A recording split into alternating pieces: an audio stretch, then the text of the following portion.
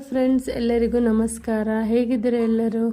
ಇವತ್ತಿನ ನಮ್ಮ ವಿಡಿಯೋದಲ್ಲಿ ಮದುವೆ ಮನೆ ಶೈಲಿಯ ಕೇಸರಿ ಬಾತ್ ಮಾಡೋದು ಹೇಗೆ ಅಂತ ನೋಡೋಣ. ಇದಂತೂ ಸಖತ್ ಸಾಫ್ಟಾಗಿ ತುಂಬಾ ಟೇಸ್ಟಿಯಾಗಿರುತ್ತೆ. ಇದಕ್ಕೆ ನಾನು ಒಂದು ಬಾಣಲಿ ಇಟ್ಕೊಂಡಿದ್ದೀನಿ. ಅದಕ್ಕೆ ನಾನು 1 ಗ್ಲಾಸಷ್ಟು ಚಿರೋಟಿ ರವೆನ ಹಾಕ್ಕೊಳ್ತಾ ಇದ್ದೀನಿ. ಅಂದರೆ ಇದು ಸುಮಾರು ಒಂದು 1/4 kg ಅಷ್ಟು ಇರುತ್ತೆ. ನೀವು ಯಾವ ಅಳತೆ ಚಿಕ್ಕ ಕಪ್ಪಲ್ಲಾದರೂ ಮಾಡ್ಕೊಳ್ಬೋದು. ಇದು ನಾನು ಒಂದು 10 ಜನಕ್ಕೆ ಆಗೋಷ್ಟು ಮಾಡ್ತಾಯಿದ್ದೀನಿ. ಇದನ್ನು ಚೆನ್ನಾಗಿ ಲೋ ಫ್ಲೇಮಲ್ಲೇ ನಾವು ಒಂದು 5 ನಿಮಿಷಗಳ ಕಾಲ ಫ್ರೈ ಮಾಡ್ಕೊಳ್ಳೋಣ. ರವೆ ಬಿಸಿ ಆದ ನಂತರ ಇದಕ್ಕೆ ನಾನು ಒಂದು 5 ರಿಂದ 6 ಸ್ಪೂನ್ ಎಣ್ಣೆನ ಹಾಕ್ಕೊಳ್ತಾ ಇದ್ದೀನಿ. ಇದು ರಿಫೈನ್ಡ್ ಆಯಿಲೇ. ನಾನು ಅಡುಗೆಗೆ ಏನು ಎಣ್ಣೆ ಯೂಸ್ ಮಾಡ್ತೀರೋ ಅದೇ ಹಾಕ್ಕೊಳ್ತಾ ಇದ್ದೀನಿ.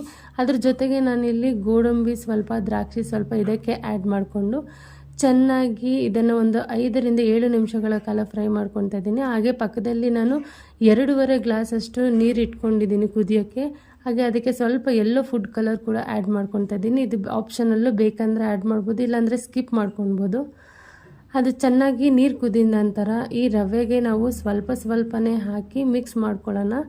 ನಿಧಾನಕ್ಕೆ ಹಾಕ್ಕೊಳ್ಬೇಕು, ಇಲ್ಲಾಂದರೆ ಸಿಡಿಯುತ್ತೆ. ಫ್ಲೇಮ್ ಅಂತೂ ಲೋ ಫ್ಲೇಮಲ್ಲೇ ಇರಬೇಕು, ಯಾವುದೇ ಕಾರಣಕ್ಕೂ ಹೈ ಫ್ಲೇಮ್ ಇಡಬೇಡಿ. ಹಾಗೆ ಇದು ನೀರೆಲ್ಲ ಹಾಕಿ ಚೆನ್ನಾಗಿ ಮಿಕ್ಸ್ ಮಾಡಿ ಒಂದು 5 ನಿಮಿಷಗಳ ಕಾಲ ಲೋ ಫ್ಲೇಮಲ್ಲೇ ರವೆನ ಬೇಯಕ್ಕೆ ಬಿಡೋಣ. ಈಗ ಇದು 5 ನಿಮಿಷಗಳ ಕಾಲ ಬೆಂದಾದ್ಮೇಲೆ ಒಂದ್ಸಲ ಮಿಕ್ಸ್ ಮಾಡ್ಕೊಳ್ಳೋಣ. ನೋಡಿ ಫ್ರೆಂಡ್ಸ್, ಎಷ್ಟು ಸಾಫ್ಟ್ ಟೆಕ್ಸ್ಚರ್ ಬಂದಿದೆ. ಯಾವುದೇ ರೀತಿಯ ನಾವೇನು ಬೇರೆ ಏನು ಯೂಸ್ ಮಾಡಿಲ್ಲ, ನೀವೇ ನೋಡ್ತಾ ಇದ್ದೀರಾ. ಇನ್ನೂ ಇದಕ್ಕೆ ತುಪ್ಪ ಸಹ ನಾವು ಹಾಕಿಲ್ಲ. ತುಂಬಾ ಸಾಫ್ಟಾಗಿ ಬಂದಿದೆ. ಹಾಗೆ ಇದಕ್ಕೆ ನಾವು ಇವಾಗ ಸಕ್ಕರೆ ಸೇರಿಸ್ಕೊತಾ ಇದ್ದೀವಿ. ನಾನಿಲ್ಲಿ 1 ಗ್ಲಾಸ್ ರವೆಗೆ 1/4 ಗ್ಲಾಸಷ್ಟು ಸಕ್ಕರೆ ಸೇರಿಸ್ಕೊತಾ ಇದ್ದೀನಿ. ನೀವು ಸ್ವೀಟ್ ಜಾಸ್ತಿ ತಿನ್ನೋರಾದರೆ ಜಾಸ್ತಿ ಸೇರಿಸ್ಕೊಳ್ಳಿ, 1.5 ಗ್ಲಾಸಷ್ಟು. ಇಲ್ಲ ಕಡಿಮೆ ತಿನ್ನೋರಾದರೆ 1 ಗ್ಲಾಸ್ ಸಾಕಾಗುತ್ತೆ. ಇದು ನಾನು ಹಾಕಿರೋದು ಕರೆಕ್ಟಾಗಿರುತ್ತೆ ಸ್ವೀಟ್.